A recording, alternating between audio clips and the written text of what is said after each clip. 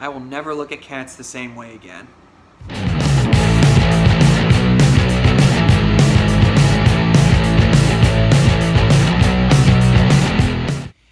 Hey everyone, I'm Joe, and I'm here today to talk about Marvel's latest film, Captain Marvel. It's directed by two people whose names I can't remember off the top of my head, but it stars Brie Larson, Jude Law, Samuel L. Jackson, Clark Gregg, and a few other people you may or may not recognize. And it's set during the 1990s when Captain Marvel is a part of this humanoid alien race called the Kree, and they're out to take out the Skrulls, this other force that's causing harm to these other civilizations in the farthest reaches of the galaxy. And then somehow Captain Marvel ends up on Earth and tries to find her way back to her people, but along the way discovers certain things about her past that she didn't know about, and starts to discover that maybe she's not who she thought she was initially. Now, leading up to Captain Marvel, to be honest, I wasn't really that wowed by the trailers. They didn't really do it for me, and it's not because of the whole hate train against Brie Larson. I don't really have a problem with her as an actress or as a person, even though I think she comes off as a little bit insufferable sometimes with her social views. All that aside, though, I don't really have any ill feelings towards her. And in regards to the whole notion that she's on a personal crusade against white men. First of all, I think those people are exaggerating or concocting all these stupid ideas in their head to make it sound legit when it really isn't. Whether or not she did take it too far, maybe she did, but again, I mean, some of the comments that I've seen towards her, really uncalled for.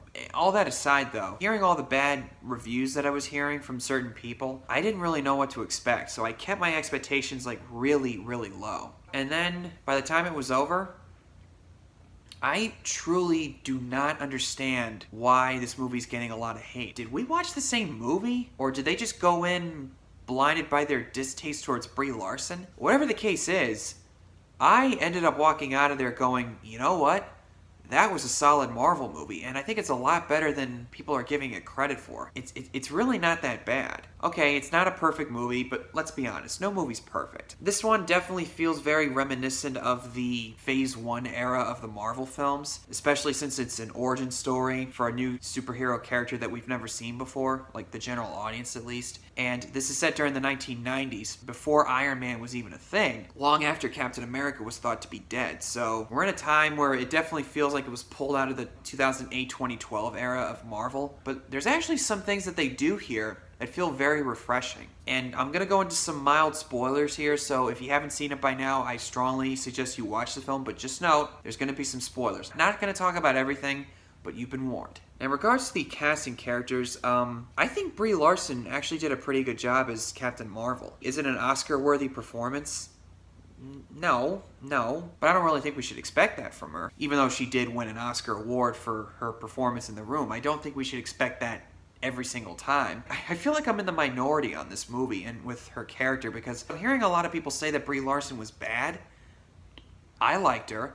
And I think that those people who say that she was too flat or too stone-faced or too emotionally cold, she was told by Jude Law's character to keep her emotions in check and not let it get the better of her. And, you know, not everybody has the same emotional responses to certain things. Like, do we really expect Luke Skywalker to bawl and cry like a baby and scream, "No!" when he discovers his uncle and aunt had been burned up by the stormtroopers? That reaction I thought was, you know, pretty spot on. Nobody has the same emotional response to certain situations as the next person does. And her reactions to finding out who she was, being a human but then being captured by the Kree and having her memory wiped, I found that to be pretty convincing. I personally didn't feel like it was necessarily forced or half-assed, if you will, for a lack of better words. And Samuel L. Jackson as Nick Fury has a pretty substantial role in this film, and I'm sure you know, Marvel is known to have certain aging effects on their certain characters depending on what time period it is or how old they're supposed to be during the current setting of said movie. This is set during the 1990s, so obviously Samuel L. Jackson today doesn't look the way he did in the 1990s like in Pulp Fiction. But when he first shows up as Nick Fury, and you see the way he looked back then, at first I went, but then after a while, I completely forgot that it was digital makeup. I actually thought that they went back in time and brought back a younger Samuel L. Jackson from the 90s. He looks basically the way he did in Pulp Fiction, except without the perm and the mustache. Oh, I'm sorry. Did I break your concentration? I didn't mean to do that. Speaking of which, I thought the 90s setting was a really good fit. And I'm old enough to remember the 1990s, obviously, considering I was born in the early 90s. Seeing things like Blockbuster and certain movies like the True Lies cardboard cutout being destroyed by Captain Marvel's force shield or whatever that is, I thought it was kind of funny. And seeing things like the dial-up internet, where at one point when they're loading something and Brie Larson goes, "What's it doing?" "It's loading." The days of dial-up internet. And also some of the musical choices that they had in here. Some of them, I've heard a lot of people say that they don't like No Doubt's song being included in the climax. I was okay with it. I didn't necessarily mind it. Not to keep talking about this, but if you're really going to let what Brie Larson said feed into your paranoia that this is a feminist propaganda piece, I mean, a lot of people were concerned that it was going to be that way. It's really not like that at all. And if you're one of those people who still think it is after seeing this movie, I really have to question what your judgment is on this film. But anyway, before I go into a long tangent, I still thought the musical choices were actually really cool, and it brought me a lot of nostalgia to my childhood also, hearing certain songs on the radio like that. I thought it was kind of cool. And starting out the Skrulls as the bad guys, but then turning you on your head and showing you that they're actually just trying to find a home. They're not actually the bad guys, and Jude Law and his cronies, they're actually the force of opposition. I thought that was a nice little twist from doing the whole throwaway villain trope that Marvel's done many times before. After like 11 years or so into the MCU, audiences would want to have something a little bit different than the usual throwaway villains. And I'm glad that Marvel's starting to catch on to it, because I felt like Civil War was the start of having a villain that actually was a legitimate threat and motives you can actually understand why they're doing what they're doing, even though the Skrulls aren't the bad guys, but they have done some things that where you go, I don't know if I can trust you. I mean, after what you did earlier. Still, after a while, I actually found myself rooting for the Skrulls, and I thought that was a nice little way of doing the villainous characters. And Bill Mendelsohn as the one character, I can't remember the guy's name. He chews up the scenery in every scene that he's in, and he just takes that character by the you-know-whats and rolls with it. Do you feel in charge? I paid you a small fortune. And this gives you power over me? Be careful not to choke on your aspirations, Mr. Mendelsohn. Oh god, I'm going nuts again.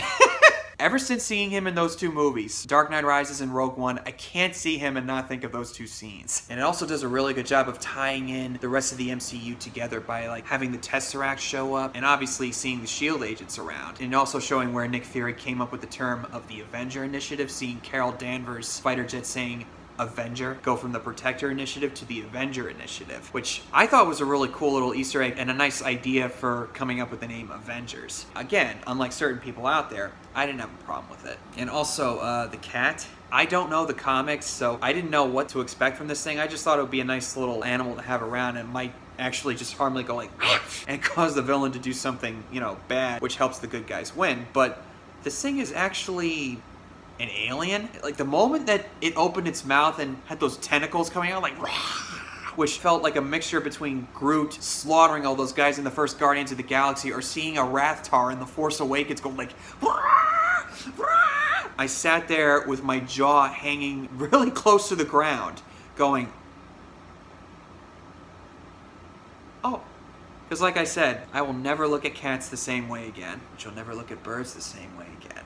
And Carol Danvers discovering her past life, I thought was a pretty effective way of doing it, but also kind of brings me into my negatives with the movie. This is done in a similar vein to Bourne Identity, where we, the audience, find out along with Jason Bourne that he was actually someone dangerous, and he's actually not really happy about it. And they do a similar thing in this one, but the only difference is we actually see flashbacks to her past life, and clues as to what led up to Carol Danvers being taken by the Kree, by Jude Law's character. At a certain point, I could tell where it was going, and I felt like, yeah, okay, I see what happened here. Annette Bening's character took her on a test flight. They were intercepted by aliens. They crashed into this lake somewhere in the desert, in the forest, I don't know, and she did something which caused the aliens to abduct her and wiped her memory and made her one of them. I think that maybe they showed a little too much of the flashbacks, and I think that maybe just showing a couple of glimpses sprinkled throughout rather than almost consistently, and then save it for the big reveal, I think that would have made it a lot more effective and a lot more powerful, personally. Not a terrible way of doing it. I don't think they overdid it, but I still think they maybe should have dialed down on the flashes a little bit. That way it didn't become so obvious. And also, the Skrulls posing as people, I thought was a really cool idea, and it added a lot of tension to the movie and a good level of mystery to it. But also, I think a missed opportunity there was that Carol should have had a moment or two where she said, I have to find these guys, but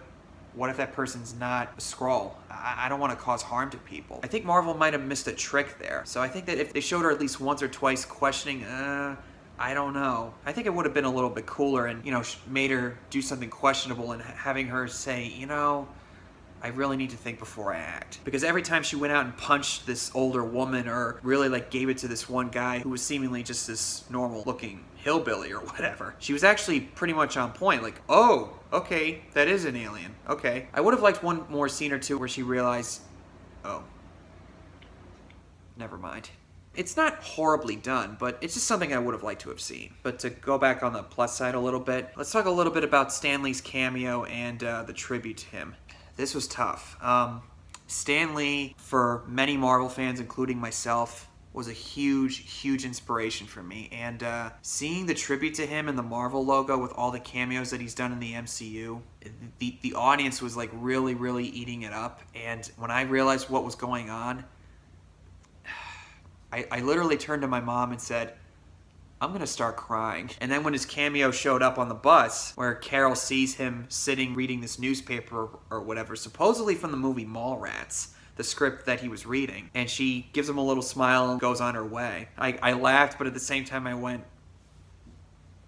oh. You are an inspiration to so many people, and you will continue to be for generations and many years to come. And wherever he is, I bet he's having the time of his life, celebrating all the things that he's done in his life. All the good things, at least. And as for Nick Fury losing his eye because of the cat, I can totally see why people aren't into that, because at first, I'll admit, I didn't really like it either. But then seeing him tell Agent Coulson that a Skrull was the one that took out his eye or something I can't confirm or deny that a Skrull did this to my eye. If I were him, I wouldn't want people to know that a cat gouged out my eye, because let's be honest, that's pretty humiliating when you think about it. And also, when you look back on The Winter Soldier, when he says, the last time I trusted someone, I lost an eye. When you first see that, you go, oh boy, that doesn't sound good. But when you watch it now, you go, yeah, it definitely would try to make it more scarier than it actually was. And plus, Nick Fury isn't the most truthful person to ever walk the earth. And Cap even says to him in that same scene, you just can't stop yourself from lying, can you?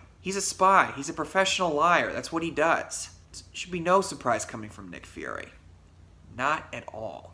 And for Clark Gregg as Agent Coulson, I wish there were a couple more scenes with him, but it was nice to see him back again, even if it was for a younger version of the character. And like with a lot of Marvel films, there's two credit scenes, a mid-credit scene and a post-credit scene. The mid-credit scene is a great tie-in to Avengers Endgame, where they show the surviving members of the Avengers looking at the pager that Nick Fury left, sending out a signal to Captain Marvel at the end of Infinity War. Just keep pushing that button until something happens. Whoever that is, we need that person's help. And then Black Widow turns around and sees Captain Marvel standing right behind her going, where's Nick Fury? And then the post-credit scene is Goose the cat sitting on Nick Fury's desk, and she pukes out the Tesseract. Typical Marvel vein, where the mid-credit scene is usually something important, and the post-credit scene is usually a joke. Except for Infinity War, where there was just one post-credit scene. Anyway, gotta save that for the review. All in all, I think Captain Marvel is a pretty solid entry into the MCU. Not a perfect one. There's some things I think they could have fixed along the way, but I don't think it's really that bad. I would say it's a pretty good movie. Not as bad as what people are saying.